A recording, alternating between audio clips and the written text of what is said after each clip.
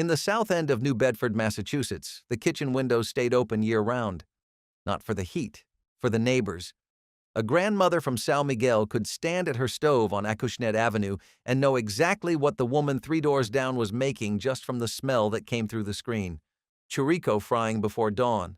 Bacalhau soaking in water that got changed 3 times before noon. Bread dough rising under a cloth on the counter. Number 9 on this list required a trip to the fishing docks before sunrise. Number 14 only appeared once a year, and entire neighborhoods lined up for it. And number 20 on this list turned a single piece of dried fish into a casserole that fed a family of 8. These were not restaurant dishes. They were the way Portuguese immigrants kept their families alive in a new country. So hit subscribe, because here are 25 dishes Portuguese immigrants cooked in 1950s New England. Number 25. Torresos. In the Portuguese kitchens of Fall River, nothing from the pig went to waste, and Torresos proved it. Strips of pork belly went into a heavy iron pan with coarse salt and a splash of white wine. The fat rendered slowly until the meat turned golden and brittle, each piece crunching like a cracker made of pure animal fat.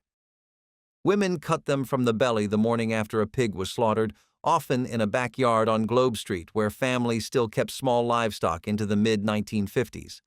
They showed up on the table before dinner, piled on a plate next to bread, or crumbled over kale soup for texture and body. There was no recipe to write down. You cut, you salted, you fried until the fat gave everything it had. Number 24. Caldo verde. Every Portuguese household in New England made this soup, but the arguments over whose was better could outlast a Sunday mass. The base never changed. Potatoes boiled until they dissolved, then mashed right in the pot with a wooden fork. Kale sliced so thin it looked like green thread. A few coins of chouriço dropped in at the end, just enough to stain the broth orange with rendered paprika fat. In the 3-decker neighborhoods of Fall River, women grew their own couve galega in backyard plots between the apartment buildings, a tall, broad-leafed Portuguese kale that no American grocery store carried. Neighbors shared cuttings over fences the way other people shared gossip. A pot of caldo verde cost almost nothing to produce and fed a household for 2 days. It showed up at funerals, christenings, and every ordinary Tuesday in between. Number 23. Sardinhas assadas. On summer evenings in the Portuguese neighborhoods of East Providence, the smell of charcoal and fish drifted across entire blocks. Whole fresh sardines went onto wire grills over open coals in backyard fire pits, seasoned with nothing but coarse sea salt. The skin blistered and split, the fat dripped and flared. They came off the grill in under 10 minutes, served on thick slices of broa, a dense cornbread that soaked up the oil running off the fish. Sardines were the cheapest protein at the New Bedford fish auctions, and Portuguese families bought them by the crate. On warm nights, the grilling turned communal, 3 or 4 families around the same fire pit while children ran between the yards. A dozen sardines, a loaf of broa, and a backyard fire. That was dinner for 6. Number 22. Bifanas. Thin slices of pork loin pounded flat, seared fast in a screaming hot pan with garlic, white wine, and a paste made from massa de pimentão, a fermented red pepper paste that the Azorean women in New Bedford made in batches every autumn and stored in glass jars in the cellar. The pork went onto a crusty Portuguese roll, and that was it. No lettuce, no tomato, no condiment except whatever juice ran off the meat and soaked into the bread. Bifanas were packed into lunch pails and carried to the textile mills along Devol Street in Fall River, where Portuguese men and women worked long shifts on the looms. By noon, the bread had absorbed the pork juices and turned soft. Nobody complained. The sandwich still held together and still tasted like garlic and wine and smoke. A bifana that sat for 4 hours in a metal box was not a compromise. It was a meal built by people who needed their food to survive a working day. Number 21. Favas com chouriço. Dried fava beans soaked overnight in cold water until the skins split and loosened. The next morning, the skins came off by hand, a slow and tedious job that fell to whoever was sitting at the kitchen table with nothing else to do. The peeled beans went into a pot with sliced chouriço, onion, garlic, and a bay leaf, and simmered low until the starch thickened the broth into something halfway between a soup and a stew. Portuguese families in Providence grew fava beans in their gardens along with the kale, and the dried beans lasted through the winter in cloth sacks hung from the cellar ceiling. One link of chouriço flavored the entire pot. The beans absorbed the smoke and the paprika and did the rest. It was the kind of cooking where patience replaced money, and a dollar's worth of ingredients stretched across 3 nights of dinner. Number 20. Bacalhau a Gomes de Sá. Salt cod had been the foundation of Portuguese cooking for 500 years before a single immigrant set foot in New England, and bacalhau a Gomes de Sá was the preparation that proved why it endured. The recipe came from Porto, named after a 19th century merchant's son who supposedly invented it in his father's warehouse. But by the 1950s, every Azorean and Madeiran grandmother in Fall River had her own version, and none of them credited a merchant's son for anything. The process started 2 days before dinner. A slab of dried, salt-cured cod went into a basin of cold water in the kitchen sink. The water got changed every 8 hours, 3 times minimum, until the fish softened and the salt pulled out. Then it was flaked by hand, mixed with boiled potatoes sliced into coins, thin rings of raw onion, and black olives. The whole thing went into a clay baking dish, drowned in good olive oil, and into the oven until the top turned golden. Hard-boiled eggs, sliced in half, went on top right when it came out. What made this dish remarkable was the economics. A single piece of dried salt cod, which cost less than fresh fish and never spoiled, became a casserole that fed 8 people. The Portuguese stores on Columbia Street in Fall River sold bacalhau by the plank, stiff boards of dried fish stacked like lumber against the wall. A family could buy 1 piece and eat for 3 days. The olive oil was the most expensive ingredient, and even that came in tins shipped from the Azores by relatives who still lived there. Number 19. Cacoila. The Azorean version of marinated pork, and every family in New Bedford swore their grandmother's recipe was the only correct one. Cubes of pork shoulder sat overnight in a deep bowl of red wine, garlic, crushed red pepper, cumin, and allspice. The kitchen smelled like the marinade before the sun came up. The next day, the meat went into a Dutch oven and braised low and slow until it shredded apart with a fork, the sauce reduced to a dark, concentrated glaze that stained the bread it was served on. Cacoila showed up at every Portuguese feast and church social in southeastern Massachusetts, spooned onto soft rolls and eaten standing up in parking lots outside Holy Ghost halls. The Feast of the Blessed Sacrament in New Bedford, which started in 1915 and grew into the largest Portuguese festival in the United States, served cacoila by the hundreds of pounds every August. The line for the cacoila sandwich stand was always the longest. Number 18. Arroz doce. Rice pudding existed in every culture that grew rice, but the Portuguese version was unmistakable. Short-grain rice cooked slowly in milk with sugar, egg yolks, lemon peel, and enough ground cinnamon to turn the top dark brown. Women drew patterns in the cinnamon with a toothpick, spirals and crosses, and sometimes the initials of whoever the dessert was meant for. In the Azorean households of New Bedford, arroz doce appeared at every holiday table and most Sundays. It was served at room temperature in shallow clay dishes that families had brought from the islands wrapped in newspaper inside their luggage. The rice held its shape but melted on the tongue, and the cinnamon left a warmth in the back of the throat that lasted long after the bowl was empty. Number 17. Malasadas. Every Portuguese child in New England knew what day it was when the oil came out. Malasadas were fried dough, but calling them that missed the point entirely. The dough was enriched with eggs, butter, and milk, then left to rise until it doubled. Women pulled off pieces by hand, stretched them thin, and dropped them into deep oil where they puffed into golden, irregular shapes, no two alike. They came out dripping, rolled in white sugar, and eaten so hot they burned the roof of your mouth. Malasadas were traditionally made on Shrove Tuesday, the day before Lent, when the kitchen used up all the butter and eggs before the fasting began. But in the Portuguese neighborhoods of southeastern Massachusetts, they showed up at every festival, every church fair, and most Saturday mornings when a grandmother felt like frying. The women who cooked these dishes worked the same hours as their husbands. In the textile mills of Fall River and New Bedford, Portuguese women stood at looms from 6 in the morning until the whistle blew in the evening. Then they came home and cooked, not from cans, not from boxes, from dried beans and salt cod and whatever grew in the garden behind the three-decker. The cooking was not a hobby or a creative outlet. It was the second shift, unpaid and unacknowledged, and it kept an entire generation fed on wages that were never designed to support a family. Number 16. Cabidela. This was the dish that made American neighbors stop and stare. A chicken killed in the backyard, its blood caught in a bowl of vinegar to keep it from clotting.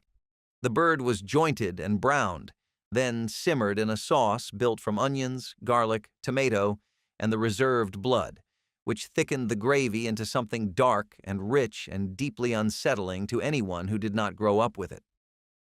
Cabidela was peasant cooking from the Azores, brought over whole to the three-deckers of Fall River, where families still kept live chickens in backyard coops well into the 1960s. The blood was the point. It gave the sauce a mineral depth that no other ingredient could replicate. Without it, you just had chicken stew. With it, you had something that connected a kitchen in Massachusetts to a farmyard on São Miguel. Number 15. Feijoada. The Portuguese version bore little resemblance to the Brazilian one that would later become famous. In the kitchens of New England, feijoada meant red kidney beans cooked with whatever pork was available that week. A ham hock, a few spare ribs, a pig ear if there was one, a chunk of chouriço tossed in near the end for smoke. The beans soaked overnight and then simmered for hours the next day until the broth turned thick and the meat slid off the bone. Served over white rice with braised kale cut into thin ribbons on the side, the plate looked plain, but the flavor ran deep. A full pot cost less than $1 to assemble and lasted the better part of a week in the icebox. The frugality was not a limitation. It was the entire architecture of the dish. Number 14. Sopas do Espírito Santo. Once a year, the Holy Ghost Festival transformed Portuguese neighborhoods across New England into something that looked more like a village on São Miguel than a mill town in Massachusetts. The Festa do Espírito Santo was the single most important communal event in Azorean American life, and the centerpiece was always sopas. The preparation started days in advance. Whole beef shanks and short ribs went into enormous pots at the Holy Ghost Hall, the clubhouses and church basements that every Portuguese parish maintained. The meat simmered with onions, garlic, tomatoes, cabbage, potatoes, carrots, fresh mint, and cinnamon sticks. The broth reduced over hours into something so rich it coated the back of a spoon. On the day of the feast, thick slices of massa sovada were laid in the bottom of deep bowls. The meat and vegetables were piled on top, and then the broth poured over everything until the bread dissolved into the liquid. The festa followed a specific ritual. A young girl chosen as queen wore a silver crown and cape and processed through the streets of the neighborhood. The crown sat on an altar inside the hall. Then the sopas were served free to anyone who walked through the door, Portuguese or not. In Fall River alone, multiple Holy Ghost societies operated in different neighborhoods, each running its own festa between May and September. The cooking was communal. Women from the parish arrived at the hall the day before and worked through the night, peeling potatoes, trimming beef, stirring pots that held 60 or 80 gallons of broth. The soup tasted like an entire community had put its hands in the pot. Because it had. Number 13. Açorda. Stale bread torn into rough pieces, dropped into a bowl, and covered with boiling water infused with crushed garlic, good olive oil, and fresh cilantro. A raw egg cracked on top and stirred in so the heat set it into pale ribbons winding through the soggy bread. That was açorda. Nothing more. It was the dish Portuguese immigrants made when there was truly nothing else in the house but bread that had gone hard, a clove of garlic, and a single egg from the neighbor's hen. In the mill towns of southeastern Massachusetts, it appeared on tables at the end of the pay period, the last few days before the next check arrived. The garlic did most of the work. The oil gave it enough fat to feel like a meal. It was not beautiful. It was not complicated. It kept people on their feet until Friday. Number 12. Cozido a Portuguese. A boiled dinner that the Irish neighbors in Fall River would have recognized in theory, except the Portuguese version carried twice as many ingredients and 3 times the ambition. Beef shank, pork ribs, chouriço, linguiça, blood sausage, cabbage, turnips, carrots, and potatoes all went into a single massive pot and simmered until everything was tender. The meats were sliced and arranged on a platter by type. The vegetables went on a separate dish. The broth was saved for soup the next day. Cozido was Sunday food, the one meal that proved a family was not just surviving, but doing well enough to put half a dozen different meats on the table at once. In the Azorean households of East Providence, the pot went on the stove before church and was ready when everyone walked through the door after Mass. Number 11. Calderada, the fisherman's stew, built from whatever the boats brought in that morning. In the ports of New Bedford and Provincetown, where Portuguese men crewed the trawlers and draggers that worked Georges Bank, calderada was made from the catch that was too small or too battered to sell at auction. Hake, cod, bass, clams, sometimes a handful of shrimp, layered in a heavy pot with sliced potatoes, tomatoes, onions, peppers, garlic, and white wine. Everything cooked together until the fish broke apart and the potatoes soaked up the broth. The wives of fishermen built calderada by instinct, smelling what came off the boat and adjusting the proportions on the spot. A good haul of hake meant a lighter broth. A mixed bag of odd cuts meant more tomato to bind it together. No 2 pots of calderada tasted alike because no 2 catches were ever the same. Number 10. Linguiça assada. Linguiça was the sausage that defined Portuguese New England. Smoked, cured, and seasoned with paprika and garlic, it hung in kitchens from hooks above the stove. Grilling it was the simplest preparation and often the best. A whole link went onto hot coals until the casing split and the fat ran out, sizzling. Sliced thick on a plate with bread and pickled peppers, or tucked into a roll for a sandwich that needed nothing else. Gaspar's and Amaral's, both based in southeastern Massachusetts, were already producing linguiça on a commercial scale by the 1950s, but many families still made their own during the annual matanca, the autumn pig slaughter. The smell of linguiça on a backyard charcoal grill was the unofficial signal that a Portuguese family lived on the block. Number 9.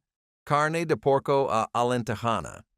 This dish broke every rule that American cooking understood in the 1950s. Pork and clams. In the same pot, meat and shellfish combined.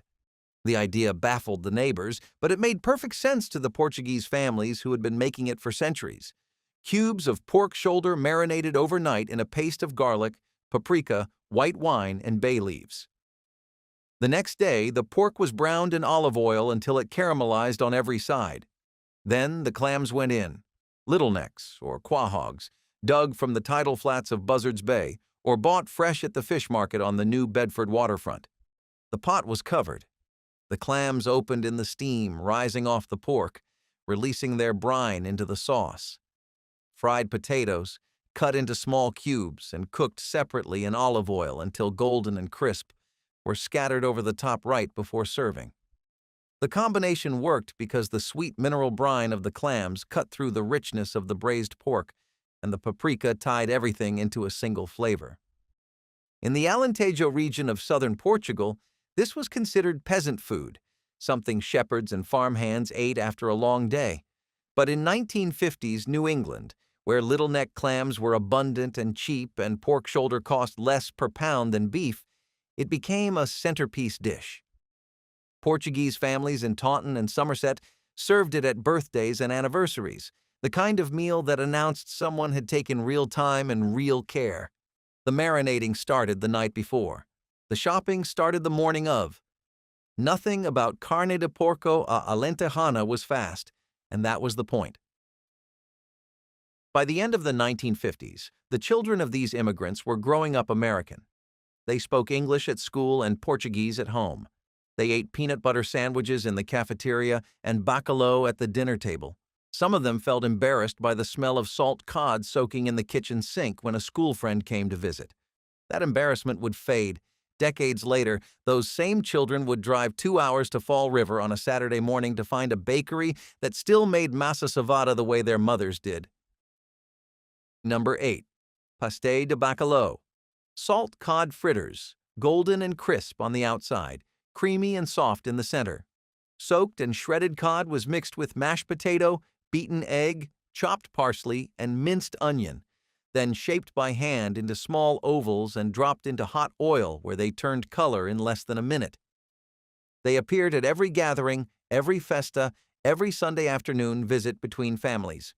In the Portuguese bakeries along Acushnet Avenue in New Bedford, pastéis de bacalhau sold by the dozen, wrapped in wax paper and still warm from the fryer.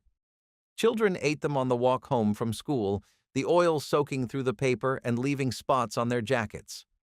Adults ate them, standing at the counter with a glass of red wine poured from a jug kept under the register.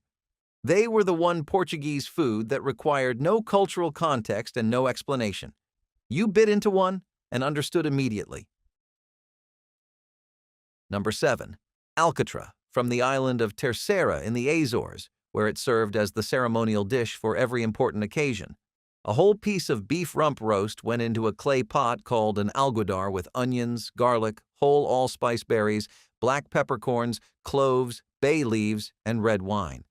The pot went into the oven low and slow, sometimes for 6 or 8 hours, until the beef could be pulled apart with a spoon.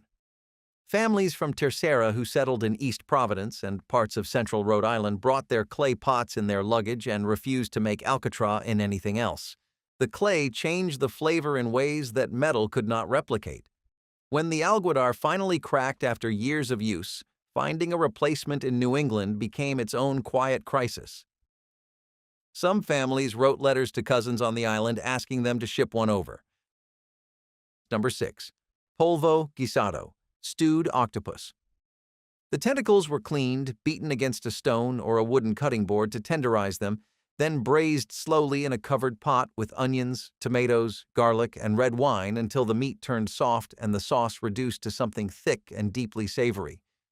The color of the finished stew was a dark reddish brown, and it arrived at the table in the same pot it cooked in. In the fishing communities of New Bedford, octopus was cheap and readily available, but required real knowledge to prepare properly. Undercooked, it was rubber. Overcooked, it fell apart into nothing useful. The Portuguese women who made polvo guisado knew the exact moment to pull the pot off the heat, a judgment learned not from any book but from standing next to their own mothers in kitchens on the islands and watching until the timing lived in their hands. Number 5. Massa cevada. Portuguese sweetbread, and no holiday, no feast day, no Sunday morning in Portuguese New England was complete without it. The dough was rich with eggs, butter, sugar, and milk, braided or shaped into rounds, then baked until the crust turned deep golden brown. The inside stayed soft and faintly sweet, denser than brioche, but lighter than cake. The smell of massa cevada baking filled an entire floor of a 3-decker and drifted into the stairwell. Every Portuguese bakery in Fall River and New Bedford produced it daily, but families baked their own for Easter, when the loaves were shaped into rounds with a whole hard-boiled egg pressed into the top, the shell still on, dyed red. The egg was not decoration. It was eaten with the bread at the table, peeled by the children and finished first. A loaf of massa cevada, wrapped warm in a clean cloth and handed to a neighbor, said welcome or sorry or congratulations without a single word. Number 4. Sopa de feijão, red bean soup, thick and plain and built to last.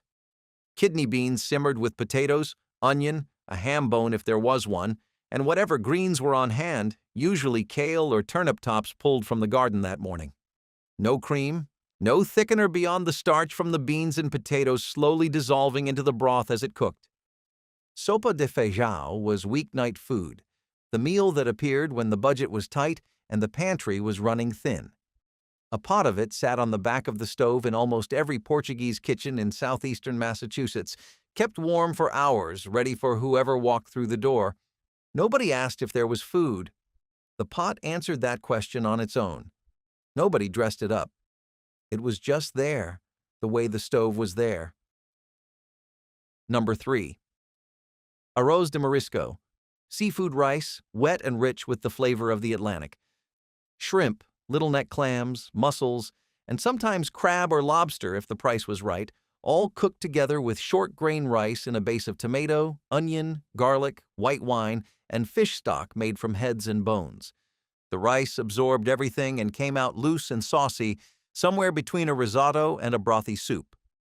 In New Bedford, where Portuguese fishermen had access to the freshest catch in New England, Arroz de Marisco was the dish that elevated a modest kitchen. It was celebration food, the meal a wife prepared when her husband came home after weeks at sea on a fishing trawler. The table was set with the good plates. The rice came out in the pot it was cooked in. Number 2. Pastéis de nata.